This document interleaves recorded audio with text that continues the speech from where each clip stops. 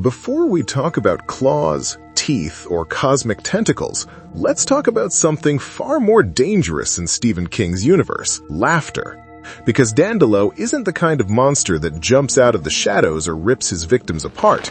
He invites you inside, offers you food, makes you feel comfortable, and then slowly drains the life out of you while you're smiling. Today, we're breaking down one of the most unsettling creatures in the Dark Tower series by dissecting how his body actually works, how his powers function on a biological and psychic level, and why his anatomy makes him just as terrifying as Pennywise, if not more. Welcome back to Your Nerdy Show. I'm your host, Spoiler Master, and this is Dandelo Anatomy Explained.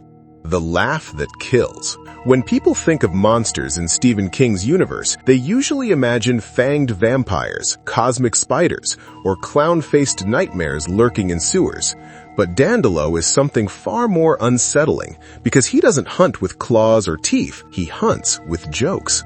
Introduced late in the Dark Tower saga, Dandelo appears almost harmless at first, an elderly man living alone in a cozy cottage, eager for company, polite to a fault, and strangely charming. But beneath that human mask is a creature whose anatomy is built not for flesh and blood, but for emotion. Dandelo is a psychic vampire, a being whose biology, psychology, and survival mechanisms revolve entirely around feeding on the inner lives of others. To understand Dandelo's true nature, we have to break down his anatomy layer by layer, from his physical disguise to the metaphysical machinery that allows him to laugh people to death. The outer shell, human form as a biological mask.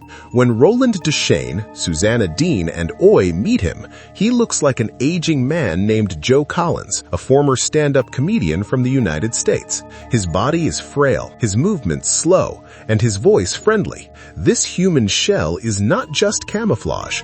It is an essential part of his feeding anatomy.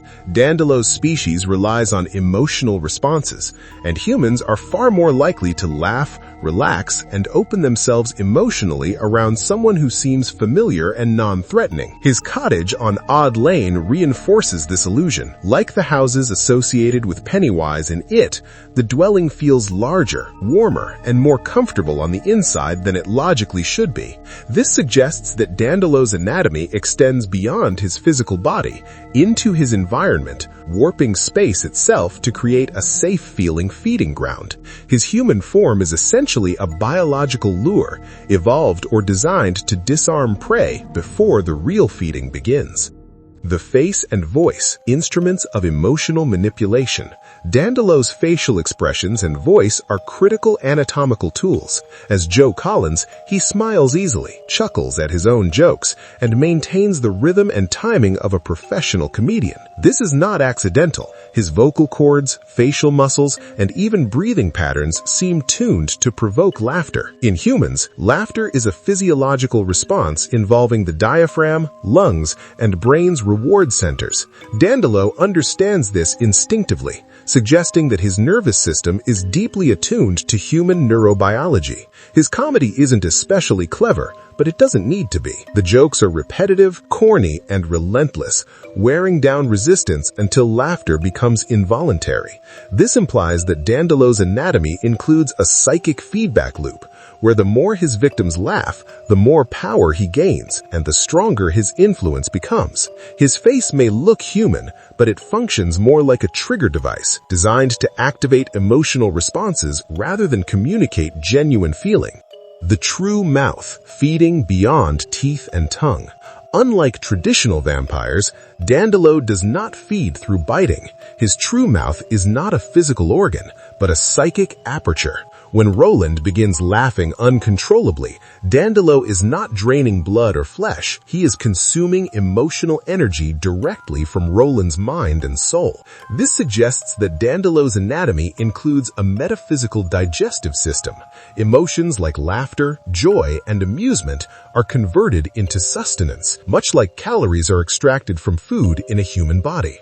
The process is gradual but deadly. As Dandelo feeds, his victim grows weaker, exhausted, and closer to death, not from physical injury, but from emotional depletion.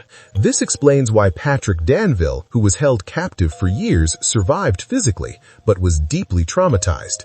Dandelo rationed his feeding, keeping Patrick alive as a long-term food source. The removal of Patrick's tongue was not just cruelty, it was an anatomical precaution, preventing speech that might disrupt Dandelo's carefully controlled feeding environment. The brain, a predator's intelligence. Dandelo's brain is one of his most frightening anatomical features. He is not a mindless monster. He plans, adapts, and understands his prey. He knows when to charm, when to isolate, when to strike. His decision to remove the erasers from Patrick Danville's pencils shows a deep awareness of Patrick's reality-altering artistic abilities. This suggests that Dandelo's cognition operates on both a human and supernatural level. He understands concepts like art, humor, and deception, but he also perceives threats that exist beyond normal human senses. His intelligence is predatory rather than creative. He does not create jokes out of joy or expression. He uses them as weapons. Anatomically, this implies a brain wired for manipulation, capable of reading emotional cues and exploiting psychological weaknesses with precision. The nervous system, feeding feedback loops. Dandelo's nervous system appears to be directly connected to his feeding process. As his victims laugh, he grows stronger, more animated, and more engaged. This suggests that emotional energy stimulates his neural pathways, much like adrenaline stimulates a human during moments of excitement or danger. The more intense the emotional response, the more nourishment he receives. This feedback loop is dangerous because it accelerates rapidly. Roland's laughter escalates from mild amusement to uncontrollable hysteria, showing how quickly Dandelo's feeding mechanism can spiral out of control. Unlike Pennywise, who often feeds on fear, Dandelo specializes in laughter, making him unique among Stephen King's emotional predators. His nervous system is tuned specifically to amusement, joy, and humor, turning something normally associated with life and connection into a lethal force. The internal rules, limitations as anatomy. One of the most intriguing aspects of Dandelo's anatomy is that it appears constrained by rules. Susanna speculates that creatures like Dandelo and It may be bound by certain limitations depending on the form they take. In It, Pennywise is vulnerable to the symbolic power of belief, such as silver harming the werewolf form. Dandelo's reliance on comedy may be a similar constraint. He cannot simply attack physically, he must feed through laughter. This limitation is not a weakness, but a defining anatomical trait. His body and essence are built around this one method of feeding.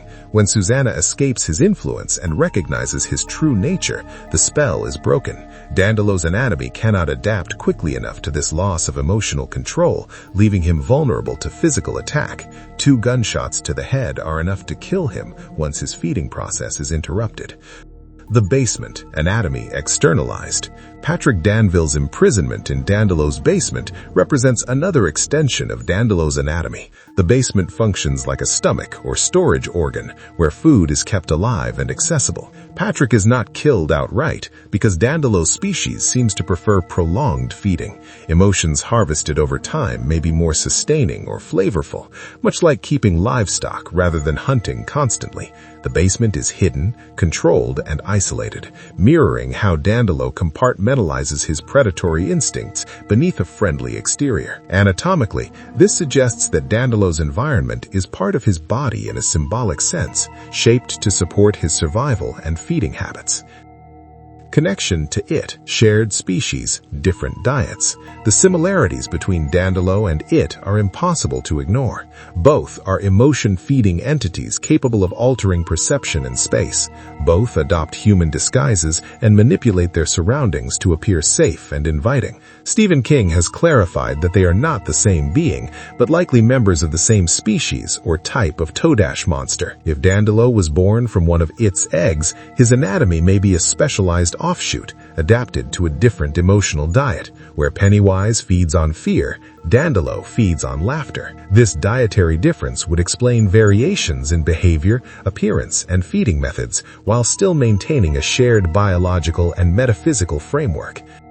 Death and vulnerability. When the anatomy fails, Dandelo's death reveals the fragility beneath his power. Once Susanna understands what he is and refuses to engage emotionally, his feeding mechanism collapses. Without emotional input, his body loses its advantage. His human disguise no longer protects him, and his psychic defenses falter. This suggests that Dandelo's anatomy is highly specialized and dependent on cooperation from its prey, even if that cooperation is coerced or unconscious. When that cooperation is withdrawn, he becomes shockingly mortal. His death is not epic or cosmic, it is abrupt and brutal, underscoring how narrow his survival strategy really is.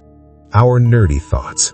Dandelo's anatomy is a chilling reminder that not all monsters hunt with claws or fangs. Some are built to consume what makes us human: our laughter, our joy, our emotional openness. Every part of Dandelo, from his human face to his warped cottage, from his comedian's timing to his psychic digestive system, is designed for one purpose: emotional predation. In the vast mythology of the Dark Tower, Dandelo stands out as a creature whose body is inseparable from his feeding method. He is not just a monster who tells jokes, he is a joke made flesh, a living system engineered to turn laughter into death. No, what the heck, I'll laugh anyway.